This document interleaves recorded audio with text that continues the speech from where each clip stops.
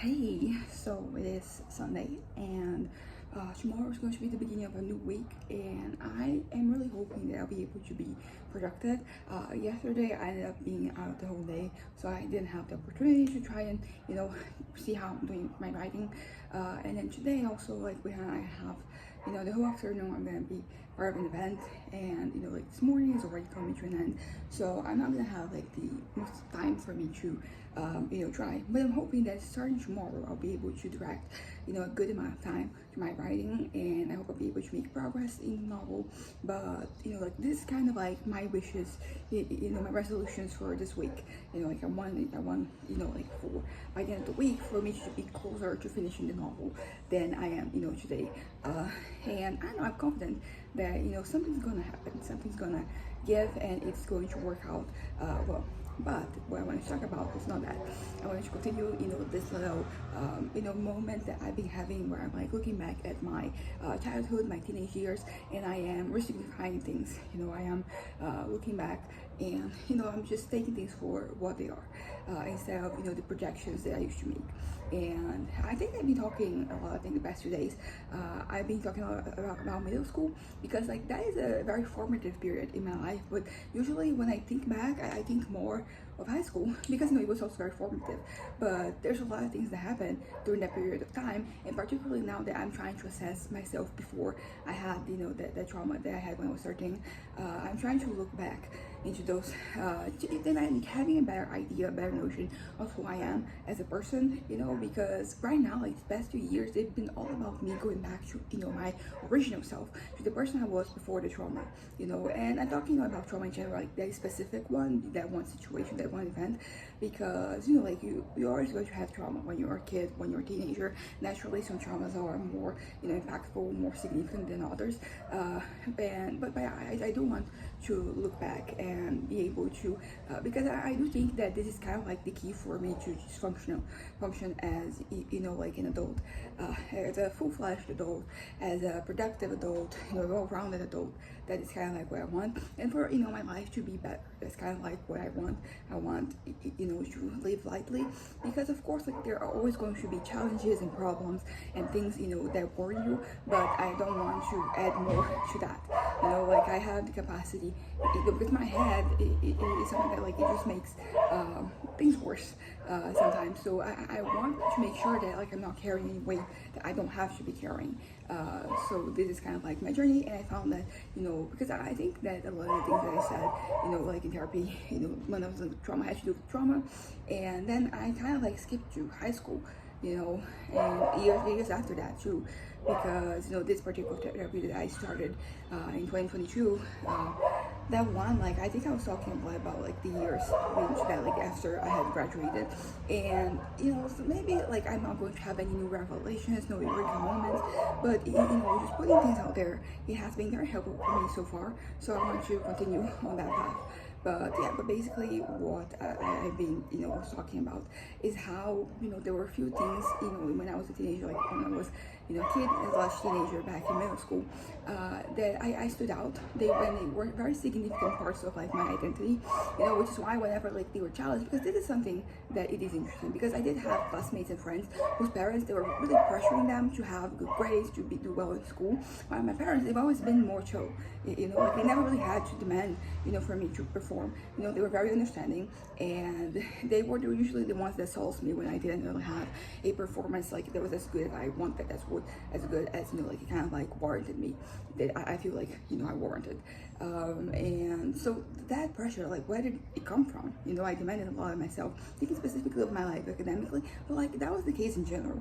But I think that my academic life was kind of like the main thing that I really related to, like that was kind of like the main one of the main things, being smart, being not being smart, intelligent, like that was like part of like my identity. I was kind of like that person, and I think that that's why there was so much pressure for my part, because I felt like in all other regards I was really kind of like on the average.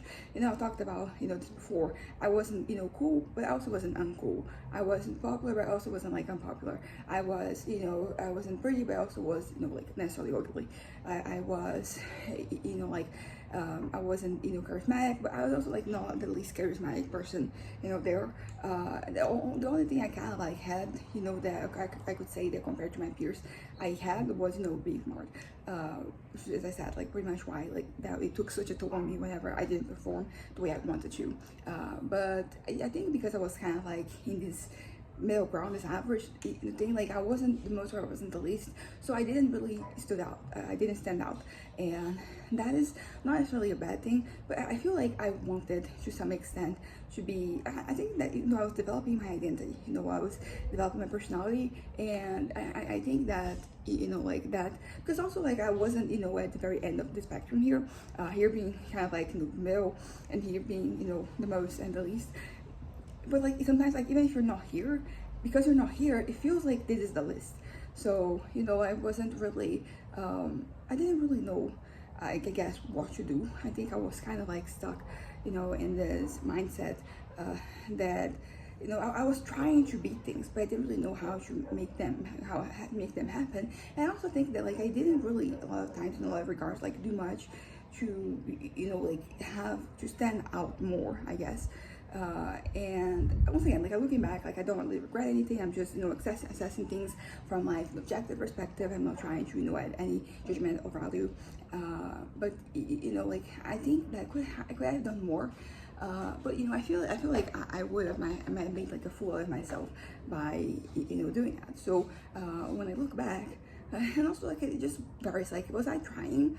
Because I think that in some ways there were some things that I wanted, that I was craving, and that I didn't really know how to make that happen. And I mean, there were some things that I ended up, doing and wanting to do. I think about, the places I wanted to go, the things I wanted to do, the things I wanted to have, and I think it was very much molded by my surroundings. And I know this is not groundbreaking, this is pretty much like everybody, but for so long I really wanted to be this person who was not really affected by external circumstances, by, pressure, or not just pressure, but like by what was, popular, what was in, was trendy. But so I was kind of like, I was saying that I didn't care, but I did care. It was, yeah, and it's kind of good for me to say this because right now I'm not embarrassed. For so long I would be mortified to admit that like I cared about the things that were popular, because I was really like doing this thing of I'm kind of like I'm my own person, like I don't want it because I didn't want to care. I think that's kind of like the gist of it. Like I didn't want to care about those things, and I think that it might even add a certain element of like me being religious and the way. But even like in the context that I was, where there was religion, like there were still popular things that really they were trendy things, because ultimately it's about being a teenager and it's always going to be something. And as I said, I didn't want you to admit that I cared, but I did. And some of the things that I acquired, some of the things that I wanted to do, as I said, for example, travel abroad. I think traveling abroad is always, good. It's a very enriching experience. It's always very fun. I mean, not always, but it can be very fun, at least in my experience. It's always been enjoyable. And I kind of like wanted, to travel. But I don't know if like that was the reason that I wanted to, because it would be a good experience for me. I think there was this element of like, people traveling and, like it being kind of like the thing that people wanted to do. And it is interesting because, as I said, like in the end, it ended up happening. It's just that I was a little bit older. I was 16 first time I traveled abroad, which is pretty young, but there were other people in my surroundings that had been there when they were like 12, 13. So, it felt like I was missing out. I wasn't doing my thing. And it also, so like this happened in the social environment, like, from, when I was at church, that was, the church camps and all those situations. Because that's what I was thinking about, because that was also, it was like school and church. Like those were my social circles that, that I had. I mean, there were some other ones, but like they were all adjacent to this too. And I would see people, they, for example, travel abroad, and I would really want to. I wouldn't say that I was envious of them, but like I would want that for myself as well.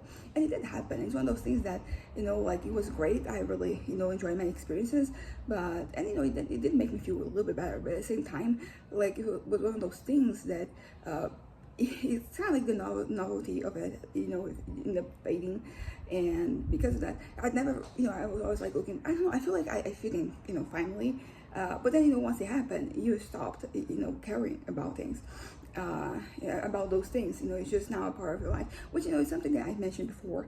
It happens with like anything and everything. Sometimes like you're really looking forward to something, and then it happens, and it's great. But then like you kind of like forget about it because it has already occurred, and it was kind of like the build up to that thing that was really that was kind of like fueling you, and you couldn't think of something else. Because I think once it happened, like you have the good memories. When I go back to the memories I have of like the good times, and particularly the time I lived in Portugal, it was for 6 months, but like it was groundbreaking for me. It was very enjoyable. I had a taste of independence that I haven't really had before, and I ended up exploring and having a lot of fun. So as I said, like I look back, I would say that maybe my Portugal experience, like sometimes I look back more too, but like my experiences of when I was like in high school, they were also positive. It's just that like I think I felt like I fit in, but it didn't really just come back too much to my head, which I think is normal. The same thing with, for example, like when I went to the US back in 2015, it's been a decade. I got an iPhone, and I've been wanting an iPhone for many years actually, but like they were usually expensive. I mean, they still are expensive. Like I'm thinking about the last one, it's 17, like absolutely insane. But the point I'm trying to make is that I really wanted it, and I got it, and it was great. And I had still using iPhones to this day. So I really adapted before I had a Samsung. It was Nest 3 that I got in 2012, and then 2015 I got this one, and it was I didn't. Yeah, I think I ended up selling it, when I bought the new one, they gave like a discount. The only thing that I regret from like that is because I think that there were some pictures that I had on my phone that I didn't really upload, so they're kind of lost. Because February, I had pictures, and then this trip was in the beginning of April. So for March, I don't have like the pictures, and my hair, like was blue, and that was when I was started dyeing it. So I wanted to have registers of it, and I don't have it. I have like a couple of pictures that I posted to Instagram at the time, and that's that. But this is not relevant. It's just that this is something that sometimes I reminisce about, and I'm kind of like, I could have done more, because I think that phone had a USB, like a memory card, and maybe that was the thing. But anyways, so it's like something very simple, and it was good. Saved my money, got the phone I wanted, but that's such like a nothing thing right now. I don't think at this point in time like what type of phone I have. It's just I want the functionality. So like it's working, then it's great. I'm doing well. But yeah, it's just I don't know, like it's just like these small things that I really wanted, and then when I had them, it's not that I was disappointed, just that they became normal. And this is the truth for like many things, like I mean I would say that maybe one exception was me living abroad, because I really wanted that, and then I did have that experience, and to this day I look very fondly at those times. I had really good memories. I'm really happy with like the opportunity that I had. I would say that because I would still want to, I would love to live abroad again. So like that's I guess like the one thing that like I still think about. But even then, like I think because I had this one experience, I'm not like jumping, feeling that I'm missing out for not being there, for being here. And maybe I'm gonna that's gonna happen again at some point. I don't know. But I would like to. But I do think that if that does happen, it's going to be in a more distant future. Not distant as in like I don't know, like maybe 5 years from now, I'll be in a place where like that is doable. But it's always it's good to, I don't know, like I'm thinking about this right now. I haven't really thought about it like in a while. But yeah, it would be fun. But at the same time, like it would be hard because I'm now more master of myself than I was master. It's just a mistress of myself. I'm gonna go with master. So like I like it is not as doable, because when I lived there, I was still depending on my parents financially. So like I tried to get job, didn't work out. But the point is that like if I were to do it right now, I have to do it with my resources, and my resources are not that expensive. They're not that they're great, so I have to save for years. And the euro is or like the dollar, but I think that I would better live in Europe. That was also something that I learned. Enjoying myself more there, and we're very I think it is like 6 or 5, 6 to 1 how the course we have here. So, I have to save a lot of money. And, ideally I'm going to get something when I'm there, time, job or whatever. But, what are my qualifications? Like, that is something that, is interesting for me to talk about. Because when I was 18, almost a decade ago, like, I had a really good resume, because for my age, I had done a lot of things. I had, taken a lot of courses, I had a lot of opportunities and experiences. But, my CV is kind of stuck. Like, I haven't really updated. I mean, the updates I have, are from, like me writing. So I have that there. I wrote and I've written a book. But, apart from that, like, it's kind of like, kind of plateaued. And yeah, so like, I don't know, I think that with at my age, I'm kind of like, it's not, the best, not the greatest. Also, I'm starting, my plans are to start a new course, new major, next year. So I'm gonna start that process again. And, usually it takes 4 or 5 years depending on the course that I choose. So maybe I should, graduate from that first, then I can, like, look for other things, other opportunities. I don't know, like what, like, because I'm thinking of a variety of different courses that I could take. And basically, I don't know what I want. Some of them I'm like, how exactly can I, apply this, to my life? Feels that I'm kind of, not stuck, but that job possibilities are not that enticing. But also, like, I think like nothing feels enticing for me right now, like in regards, to work and stuff. So, maybe I just have to start doing it, start, like, make some progress, and then it's going to be more appealing. But yeah, until then, I'm kind of, in this, I don't want to say limbo, because I think that things are pretty controlled and I'm doing okay. So, I'm not really lost. I don't know. Yeah, I think that is an interesting thing. I don't feel lost. Like, I don't feel like I'm drifting through the wind that I mentioned before. I feel like I'm centered and that, I don't know where I'm getting at. And that is the thing. But, like, just because I don't know, that doesn't mean that I'm, I'm like struggling. So there's that. But yeah, but back to middle school, what I wanted to, talk about. I said, like, so I was kind of like in this middle ground where I wasn't really much of anything, and I didn't really stand out, as I mentioned. I think I'm a very, generally speaking, very forgettable person. There are definitely, like, exceptions, I think, for the people who know me and like me, the relationships I have. It's not the case, but I do think that, at least, like, I think right now, like, when I'm older, and I'm not talking about myself visually, because I do know that I kind of, I have colored hair tattoos and my personal style, and that's so, like, visually, not visually, so, like, visually, that's the one. I think that, that's not really the case, but, like, I guess, like, my interactions, they're kind of, they fade. And I think that, this has a lot to do with, like, me seeing myself like this, with, like, how I was in middle school, and how I kind of, I think I talked about this before, how I felt a lot of the time that I was kind of like a second thought, that I wasn't really, and of course, naturally, like, there are exceptions. I did have friends and I did have interactions, but I think, and also, this is normal. I don't think that this is, like, I'm not trying to necessarily paint this as being kind of like the terrible thing. It's just, like, everybody, like, we forget about things, forget about people. I think, well, we remind of things, we remember things that, like, they stand out, things that they have some meaning to us, they have some significance.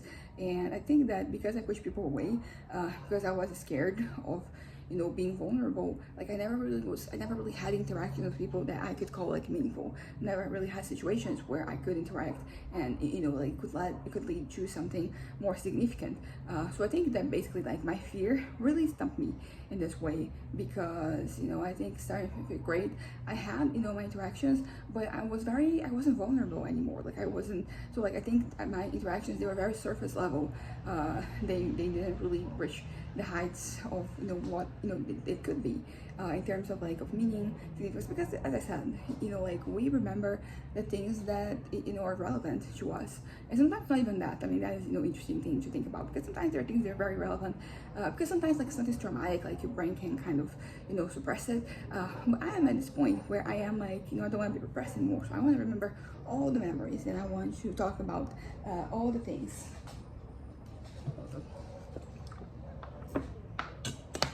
And honestly, I think that because it's interesting because this is a thread that started way back then, but it still has like some relevance right now.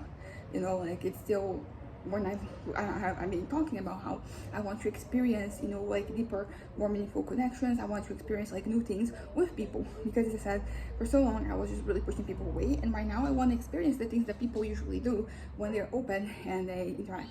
And you know, like when I look at myself back then, I look at myself right now. There's still like a lot of like reminiscence. I really reminiscence of. It's very reminiscent of, you know, how things used to be. And it is interesting because like how do I untangle myself, how do I open myself up? And I do think that, you know, like I'm like I'm making good progress. You know, I have to be patient with myself because some of the things some of these mechanisms have been set in place for decades, you know, right now, for literal decades in some cases. So, you know, like untangling myself from them is going to take time. And but the thing is that I just have to be willing, and like generally willing, not just saying that like I'm open to things, but like not making an effort. I have to really jump into this opportunity and do something about it. And that's pretty much what I intend to do. I want to keep digging, you know, into like my past self, so that those situations, those realities from when I was like at that age, they no longer affect me. You know, I want to be free and I want to live my best life. As I mentioned, I mean, I technically been open for so many years, but like I'm making, you know, an effort. And it's really cute that my parents are kind of helping me too, because as I mentioned before, I was looking for like a cell group. You know, there was like in English, because I wasn't looking for one that was in English. I was looking for the one that was in English that I was a part of when I was in high school. And so basically I kind of lost my train of thought here. Yeah, so, you know, like, but we didn't find it's no longer available, but like my parents are thinking about starting one, you know. And I am not religious, I'm an atheist actually, but I don't know, I think that in my experience, like historically, a lot of my socialization came from church, and I do think that that is an interesting place for me to find people and have experiences. So I don't know if this makes me a hypocrite, I don't know.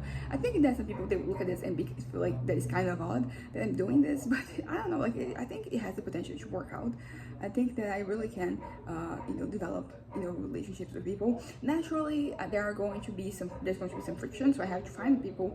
But honestly, I'm such a good place where I don't really care about, because I had some religious trauma, you know, so I was very resistant, you know, to being like in religious environments of any nature, not just, you know, like because, you know, I was Christian, Protestant, Calvinist, Presbyterian, like was specifically this, but like any other denominations, Catholics, I don't know, Muslims, other religions, you know, Jewish folk, because there are some things there spread, that they're said, they're preached in all these variations or different, you know, religions. And you know, like I was very, you know, like on my high horse, not on a high horse, because I'm right, you know, you shouldn't discriminate people based on demographical factors of their, you know, the parts of the groups they're part of. And but you know, this still happens. So I used to be very, you know, like militant, you could say, you know, talking like I heard something, I said something, you know. And like right now I'm mostly like I don't care. So for a while also, like I removed myself from the situation, so I wouldn't, you know, see these things happening, so I wouldn't feel tempted to, you know, jump in. And right now I'm more like, you know what, I don't give a fuck. You know, of course I still think people should change their minds about, you know, bigotry and all that, and I think that things people should change and, you know, improve and all that. But I really just want to focus on myself. I know that this is selfish, you know, and also it's also like I'm going to let, you know, things slide. You know, if some comment is made, you know, like I won't just sit there and listen to the bigotry. But I think that before I was much more confrontational in a bad way. I was aggressive. Right now I think I can be, you know, more assertive, you know, just kind of like not losing my cool based on that. And also, like, I think that a lot of times, like, people, they can be very accommodating, I would say, because I think that if you start, you know, you get very confrontational, like you end up steering, you know, emotions to the other person, and then suddenly you're having like a full-on discussion that is not helpful, doesn't help anything, because when people are angry, they're not thinking, you know, straight. But you know, when you just say things, and you know, I just, a lot of times people just don't really know what to say, so you know, we move on.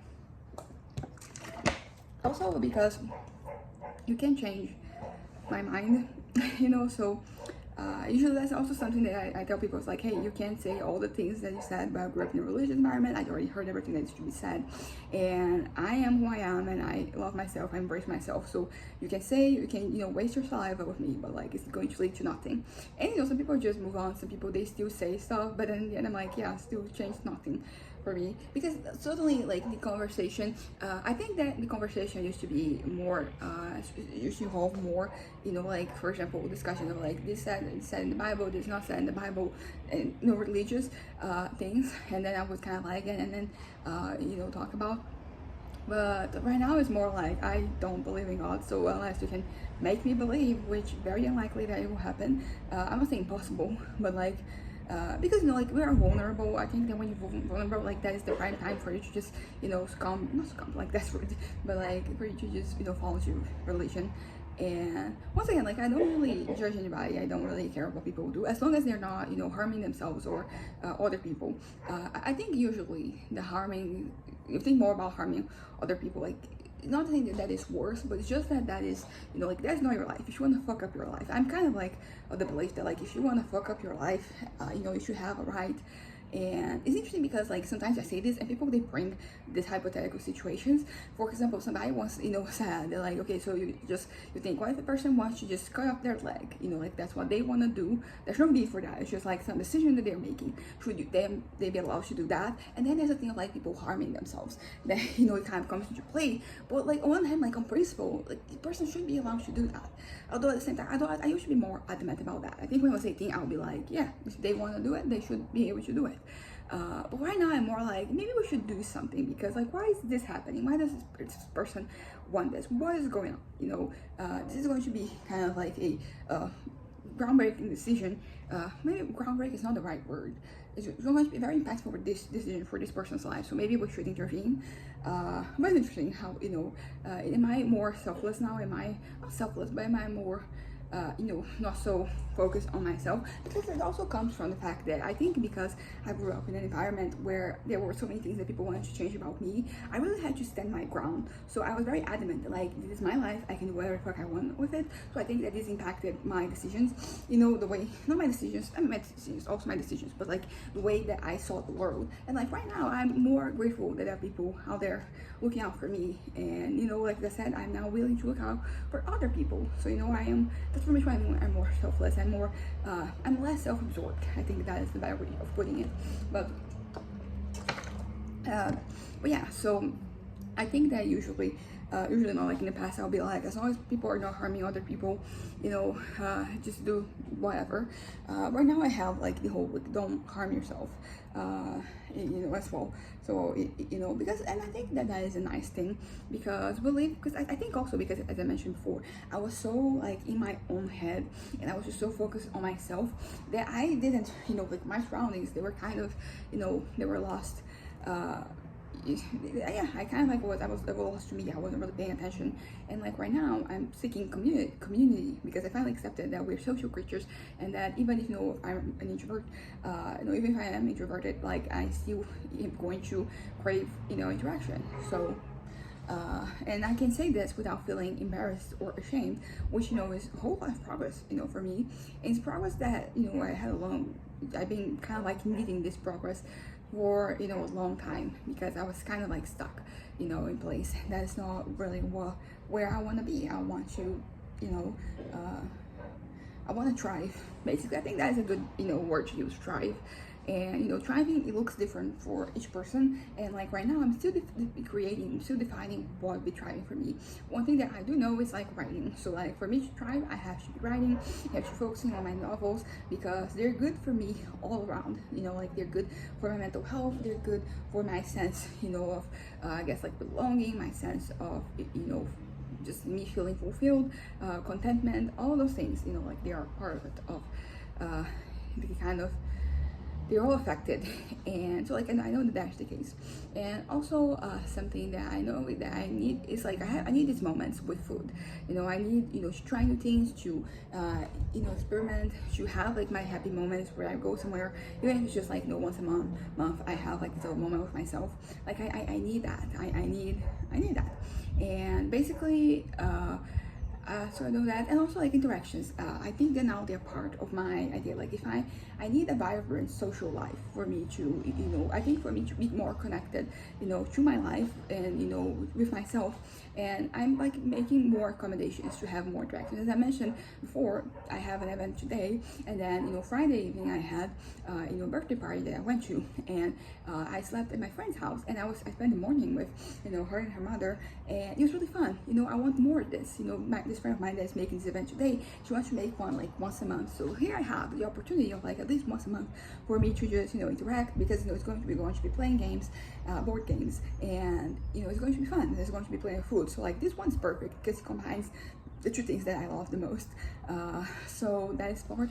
Also, like I think that I might need something academically speaking for me to feel fulfilled. So for example, like I ended up, I'm not dropping out of school. I'm not dropping out of college. It's just that I won't be, as of right now, like I think I won't be going back to school, because I want to change. Because I'm dropping out for the semester, but like I want to start a new course next semester. So like I'm probably going to be dropping out of this course, and but I'm not having that, because the reason why I'm dropping out is because like for like the past month, these past 2 days I've been doing very well, but I was basically a month away from college, and because I was going through a very bad depressive episode, and I ended up missing a lot of things, and it's easier, and it's going to be very hard to for me to kind of like bridge this gap. So my coordinator, she said that she suggested this, which is also something that was on our mind. It's just that last semester, the same thing happened. I had a really bad episode. I wasn't going, so I missed a lot. Both in like the content, but also my attendance was also like not great, because I was also off for like a month, and so basically my mom wanted to drop out for the semester, but then another woman, because this coordinator that I was talking to she's from my course, which is transportation engineering, and basically she so another coordinator, like the college and faculty member, she said that I could try and have this kind of like study from home, but basically what we learned is that this is the type of thing that it has a beginning and ending date. So I'll probably not have been able to get it, because it was kind of like indefinite when I was going to come back. But yeah, but that being said, back to middle school, I wanted to talk about so I think that I had this feelings of inadequacy, which very common for when you are a teenager, or you are like a kid, a twin, and you're going through these teenage years. So I know that like me talking about this, it's one of those things that like I wouldn't talk to people, other people. I'm here in my journal and with my therapist, because I'm basically acknowledging that I felt just the same way that every other teenager feels, but it's just that I was so repressed that I wouldn't really allow that interpretation. So I was kind of so for me this is groundbreaking. For somebody who's listening, this is kind of just whatever, like no shit, you felt this way, we all did. But yeah, so I think that because I've always been a bit of a loner, and I loner, physically, because I didn't have any siblings. For example, I have a brother, he's a decade younger than me. So I also have like an older brother who lives like in a different state, so I only see him like a couple times per year, and so I'm not really close to them. I'm kind of like getting closer to my brother right now. We've been doing this thing where we once a month we go out and eat something, have a little moment with the two of us, and it's been pretty cool. It's been nice for me to just been getting closer to him, and also have been getting closer to my cousin, who is 8 years younger than me, and now she's 19 now, and she and it's also been really fun. We're getting closer, we're like doing things. So I think maybe these situations, they have been leading to kind of to this development for my part, because I don't know, things have been great. But back to middle school, so I felt really inadequate. I didn't feel wanted, desired, all the versions of like this word. And this is interesting because at home, like I felt very wanted and very loved, very desired. But like I think this brings to attention the fact that you need more than a healthy family life. If your family life isn't great, like it's going to be terrible, everything else is going to be terrible. But just because like, but you need other people, you know, you exist with like other individuals. So I think that, you know, outside of your house, you also need to feel, you know, supported and, you know, attended to. And you know, I don't think I felt that way, and I think the part of it was because I kept pushing people away, and I didn't really allow myself to, you know, be exposed emotionally. So like that, you know, prevented me from getting like a good, having a good understanding of, you know, the situations. But yeah, but basically, what I'm trying to say is that I think that, you know, areas of my life during that period of time, I kind of like, I didn't really connect with people, and as a consequence, I felt kind of, how do I put it? I felt kind of, you know, like invisible. I think, yeah, I think that's a good word.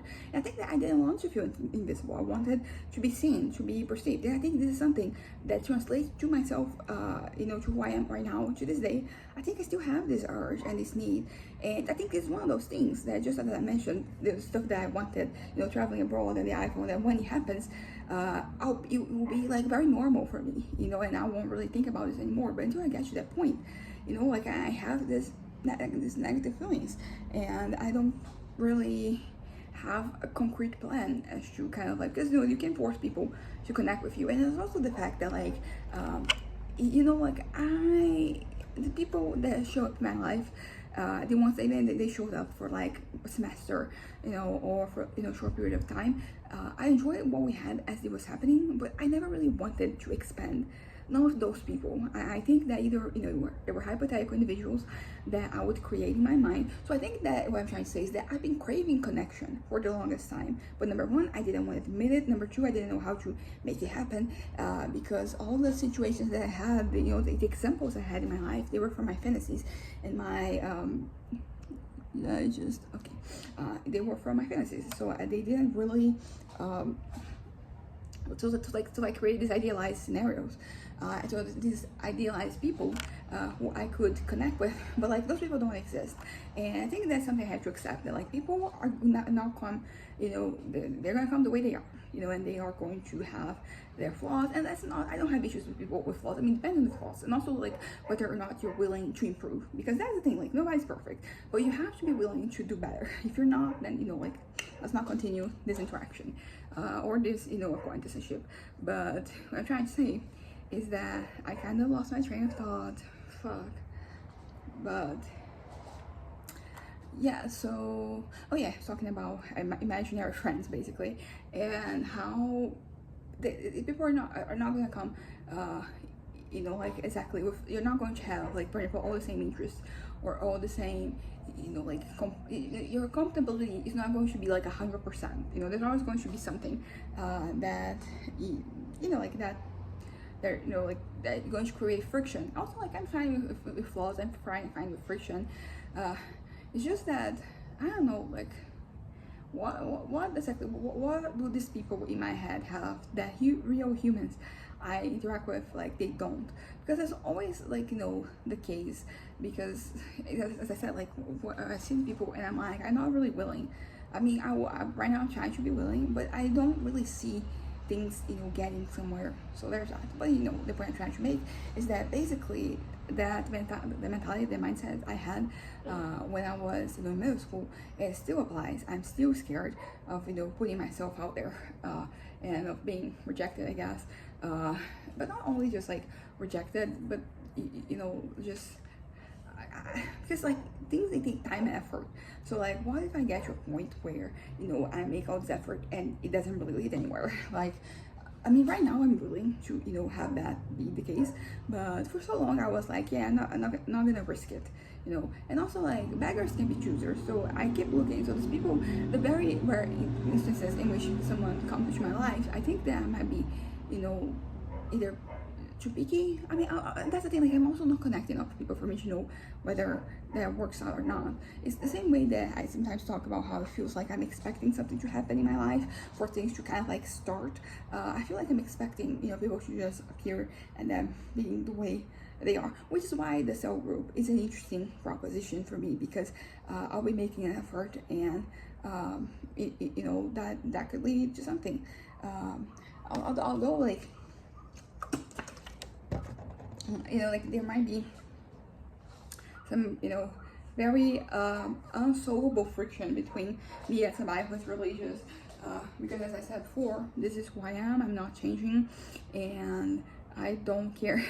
I can kind of say I don't care, like I think that I'm wrong, that, I'm sinning, not my problem, that is on you. So, somebody who, yeah, depending on like who comes my way, like that might be more counterproductive, but even then I'm still willing to give it a try, I'm being open-minded. And it's interesting because, let me say that I'm open-minded, because I've always said I was open-minded, and I was in a lot of different ways, but there's some in which that was not the case. I was very closed off in myself, and I wasn't really embracing my, I don't know, I wasn't really embracing, like, what's the opposite of apathy? The the verb that comes from like interacting, like that vivacity is that word, because it can lead to excitement, it can lead to, I don't know, because I feel like my, like when I'm thinking about like the cell group in English that we had, I was going through changes. I was a teenager, so naturally I was, still figuring myself out. But people, they seem to be pretty open-minded, and I mean, there were a couple of situations that I remembered. Like right now, I just cringe back at, because it was like, like there was some like bigotry happening, but like it was not like that type of like yelling bigotry. It was, just speaking at a normal, tone, like regular moderate tone. But it was still fucked up. And it's interesting because I remember how, the conflict, like the dichotomy of my head when I was a teenager, and when I started to realize that maybe organized religion was not for me. It is interesting because on one hand, I was listening to people saying some things and kind of like being like, oh, that's so sad, I agree. But on the other, I was writing kind of like fan fiction. This is a very specific scenario, but I remember that, like this woman and in the cell group, she was talking about the experience of like these people she knew, and it was a very homophobic conversation. But the point is that like that interaction that she described, I just gave me ideas to write, and then I wrote a lot, like that, couple like that. Kind of crazy. So that's pretty much what I mean. On one hand, she's saying that, and I'm like, yes, I agree, because I had to agree, because this is pretty much what we're preaching. But on the other hand, I was having my inspiration from like the situation, and honestly, like I'm thinking about, also, it's so crazy to me that there were some moments where there were so many things that were being said, and I mean, there's always been things that they said at church that I didn't agree, and a lot of them, like I was very straightforward, and I posed the idea and all of that. I didn't agree, and but there are some things that, like, I think it were some of the ones that they hit closer to me, that I was, so like having to do with my sexuality is a good example. And with sexuality, I don't mean just like sexual orientation. I mean, like your preferences, the things you're willing to try, they're not the things you like to do, things you don't, like when you're having interactions. And it's interesting because like some of these things I didn't agree with. I mean, I'm talking specifically about like a lot of things. I'm thinking of a lot of things I don't agree with, and that I think people should change, and should adapt. Maybe that's the right word. But so I did have some moments where I said things and I thought things, and yet on the other hand, I was out there, my writing, the content I was consuming, it was so, it would be looked down upon because of that, and specifically thinking about sexuality. So some of the things I was reading, some of the manga I was reading, some of like the content I was consuming, and I was basically just one person, but I had two sides, and it never, I mean, maybe it did feel contradictory, but there were so many contradictions happening in my head that one didn't stand out. And of all the things, like, they were kind of like the lesser ones, because it is something that is worth being said, that, for example, when it comes to sin, I think that there are different interpretations, different things they're said, but like no two things are the same. What I mean, because like there are degrees, you can't say that like killing somebody is as bad as masturbating. You know, like that's just not how it works. Some people, they're going to be very adamant that, like, you know, all the things, they have the same value, but come on, like, it's just like a common sense thing that, you know, there are degrees. And I think that because some of the things that I was, you know, committing, you could say, when I was like in that context, they were because, you know, sexual, because it's something that people that I remember that my pastor saying that, like, things that have to do with sexuality, like, they're not immoral, you know, like, they're not they're kind of like amoral, because they're not really threatening your character. You know, it's not like when you kill somebody, for example, or you steal, or you know, you lie. Like, those are kind of like shortcomings of character. You know, sexuality is just, you know, there's a way to be done, something like that. I don't remember exactly anymore, but, you know, and I really subscribe to the idea. So, for example, me having, you know, time with myself, like, that was a thing according to what was beside me consuming certain content, also kind of like, you know, sinful. But I don't know, like, those things, you know, for me, they were kind of whatever. They're not as, you know, terrible as the other ones. And so I think that it was kind of like, you know, why there were some things that I was very much like, I'm not gonna kill anybody. I don't have any plans of committing murder. I mean, self-defense is still kind of like an interesting, you know, thing for you to think about, because, like, if I had to defend myself, I would do it. But, you know, self-defense, that's not the point. I don't want to discuss theology or anything right now, but it's just, you know, something that has come to my mind, that, you know, like, I think that's because of that, there were so many contradictions in my head, that I could do things and maybe feel a little guilty, and still, I remember this one time that, the first time that I had a little moment with myself, because here's the thing, I had that traumatic sexual abuse experience when I was, you know, 13, and that kind of like made me really close off from the world, and, you know, I really, you know, I no longer, I basically didn't want to be touched. When I think about it, like, I was traumatized, basically. And, you know, so a few years later, actually, because I was 13, and I think then I was 17. And it was interesting because I had been easing myself into, because whenever you're thinking about the content you consume in those moments, you're thinking, you know, more, at least, you know, the first that comes to mind is visual, you know, it's videos, you know, it's pictures, stuff like that. But, you know, like, there's so many different things that can count. And basically, I was kind of like consuming this content, and it was interesting because it really is myself. When I look back and I think about what I was consuming, it's just so obvious and so evident that I was traumatized, and that I was kind of like easing myself back into the situation, because I was a teenager, and teenagers are notoriously, you know, like, they are exploring their sexuality. So there's that. And I remember the first time that I had a moment with myself, and I felt so guilty. You know, like, I felt, you know, like, that I was basically sending myself to hell, and I didn't really understand kind of like why that I felt so intensely, but I felt like I should feel, you know, very intensely. But in the end, like, the flash won, you know, because it was this feeling of like, this is wrong, against the feelings that I have when you go through those moments. So, you know, like, they couldn't, you know, compare and contrast. So and it's also like the rationalizations that you make, because, as I said, I was not consuming anything like visual. I mean, some of it was visual, but it was not with necessarily, like, you know, people. I mean, it was with people, but it was not like, you know, with, you know, live action people, basically. I'm trying to say, I'm getting way too personal. I'm feeling kind of nervous talking about this, but, you know, it is part of, you know, discovery, and how, like, you create exceptions in your head about what is acceptable and what is not, because sometimes, you know, a lot of things they're said very unspecifically. You know, you're talking about, because you're painting a very general brush, so, like, it would kind of like reach everybody, but, you know, so, like, basically I focus like, these are the things, so, you know, I'm not doing that. It's still the same thing, you know, the bottom line is the same, but, you know, it's different. Okay, I want to change topics, because I just got way too personal. But yeah, but back to middle school. As I'm gonna conclude this just now, because I'm starting to feel tired, and I think I need to sit down.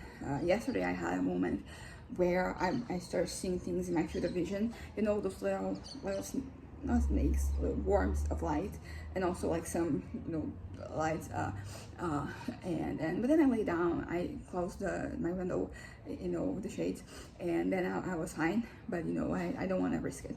But what I want, so to conclude what I've been saying, when I was, you know, a young kid / teenager, during those times, I really cared. I really cared, but I didn't want to care. Although to be fair, I feel like the not wanting to care came afterwards. To some extent, I didn't mention, well, something happened when I was in fourth grade, and that just made me close myself off to, you know, being vulnerable with people, and trusting people. That is an interesting one. It's kind of crazy because the essay situation when I was 13, like that one, you know, it fucked up my life in, you know, the way I interacted with people. Even before that, I was already kind of closed off, not to the same extent, not to the same degree, but it is not like a new thing. And that was, so yeah, basically in all of these different situations. And the thing is that, like, I have a few memories of things that happened, but I have more memories of, like, basically my responses. So situations, so for example, you know, I would sit, you know, myself alone, so I wouldn't, you know, be somewhere, go somewhere and then I'd ask not to be there, or to, you know, ask out and not, you know, have anybody, you know, want to be with me. You know, just talking about some things. So I'm thinking of some situations that might have triggered that. Some of it might just be me, you know, just like who I am, part of like my personality, my tendencies. Because, you know, there's nature and there's nurture. And so, like, some of it is nurture, has to do with my experiences, and some of it, you know, might be nature, might be just, you know, I'm a more retracted person. Although my parents do say that when I was a kid, I was very sociable, you know, I would just straight up fine, start talking to people. But I think I'm talking about me being like 4, 5, 6 when I was older. I think so, like, something might have happened, and, you know, or many things might have happened, but I don't remember those, but I do remember the consequences, you know, the way that I ended up, you know, pushing people away or removing myself from the situation, from the picture altogether, so that I wouldn't be asked, you know, to move, you know, to get out of that. So yeah, I think there's that. And oh yeah, so that was happened to me then. So I think there's still like some reminiscent. So my behavior right now, some of my tendencies, they're still reminiscent of those times, and that's what I wanna, you know, address. I have to, you know, address that. So anyways, bye.